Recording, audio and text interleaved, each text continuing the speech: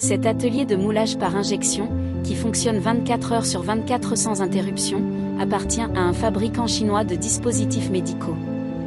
Il adopte une production intégrée de moulage pour certains consommables plastiques biomédicaux. La production d'un objet aussi petit qu'une plaque fluorescente Roche à 384 puis nécessite la collaboration de plusieurs ateliers. Welcome to my channel, I'm Ginny. Tout d'abord, les ingénieurs en structure utilisent un logiciel pour créer un modèle 3D du produit. À ce stade, ils doivent examiner attentivement la faisabilité du moulage par injection, garantir la facilité de démoulage, éviter des défauts tels que retrait et déformation, concevoir pour renforcer la solidité plutôt que simplement augmenter l'épaisseur, prévenir la concentration de contraintes et améliorer l'écoulement du plastique. Ensuite, les ingénieurs de moule et de produits examinent ensemble les dessins 3D, proposent des modifications du point de vue de la fabrication afin d'optimiser la conception, réduisant ainsi la difficulté et le coût de réalisation du moule.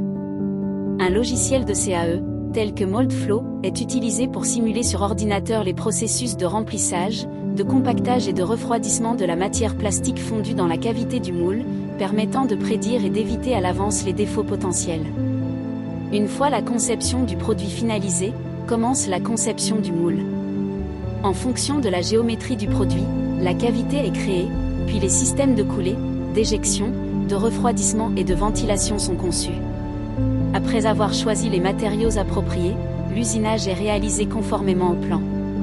Le choix d'un acier de qualité supérieure prolonge considérablement la durée de vie du moule.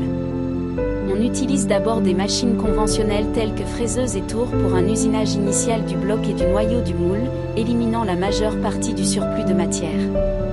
Pour les moules de haute précision, les noyaux subissent des traitements thermiques tels que trempe ou nitruration, afin d'augmenter la dureté de surface et la résistance à l'usure. Ensuite, des machines CNC de haute précision effectuent un fraisage rapide et précis des pièces clés, comme les noyaux et les coulisseaux, atteignant une précision de l'ordre de 0,002 mm. Pour les rainures profondes, angles vifs et surfaces complexes difficiles à usiner en CNC, on recourt à l'électroérosion, EDM. Pour les inserts, les trous d'éjecteurs et les pièces aux parois droites de haute précision, on utilise la découpe au fil. La dernière étape de l'usinage est la finition de surface, polissant la cavité jusqu'à obtenir un effet miroir ou la texture requise, comme gravure ou aspect mat. Ensuite, on passe à l'atelier suivant pour l'assemblage et le réglage, où toutes les pièces usinées et les composants standards achetés sont assemblés. Cela inclut le noyau, les coulisseaux et le système d'éjection, en vérifiant les jeux et la fluidité des mouvements afin de compléter l'assemblage final.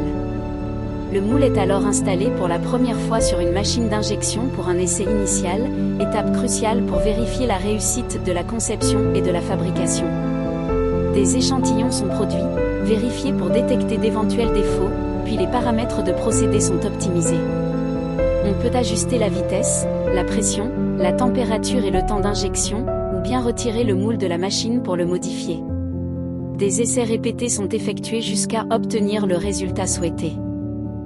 The key success factors are the RuDFM and the model flow analysis at the early stage, which reduce later model revisions and costs.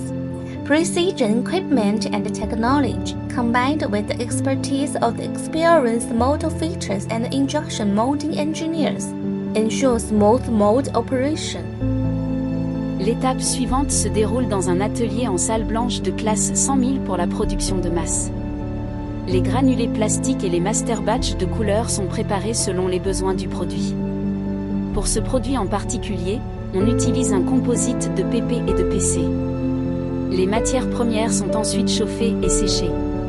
Comme les granulés plastiques produisent de la poussière lors du versement, la trémie d'alimentation est séparée de l'atelier d'injection.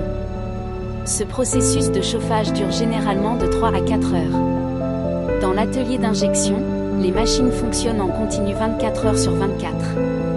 Après la fermeture du moule, la vis avance lentement, injectant le plastique fondu dans la cavité. À ce stade, les facteurs les plus critiques sont le contrôle de la vitesse, de la pression et du temps d'injection. Après l'injection, la vis ne recule pas immédiatement, mais maintient une pression de compactage et avance légèrement pendant un court moment. Cela évite des problèmes tels que marques d'affaissement ou pièces incomplètes. Le temps de refroidissement est la partie la plus longue du cycle d'injection, représentant environ 70 à 80% du processus.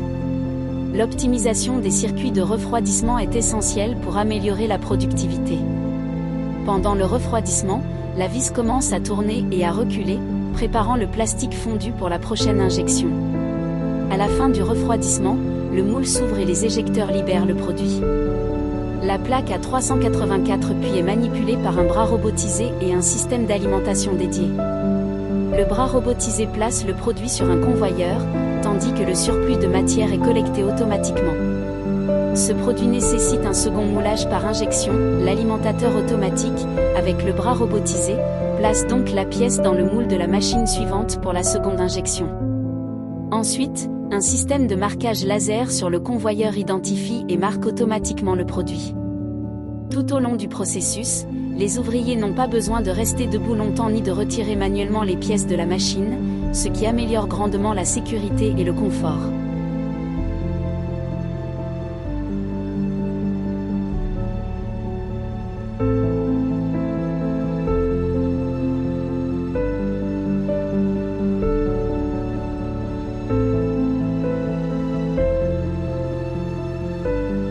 Une fois la production terminée, les produits sont envoyés vers d'autres ateliers pour l'emballage et l'expédition. Although these products may look simple, its manufacturing involves the cooperation of many skilled technicians and costly equipment. This is the hallmark of the true industrial nation. Complex technologies serving seemingly simple products, yet generating immense productivity. By excelling in the manufacturing of even simple products, large enterprises can be nurtured and grown.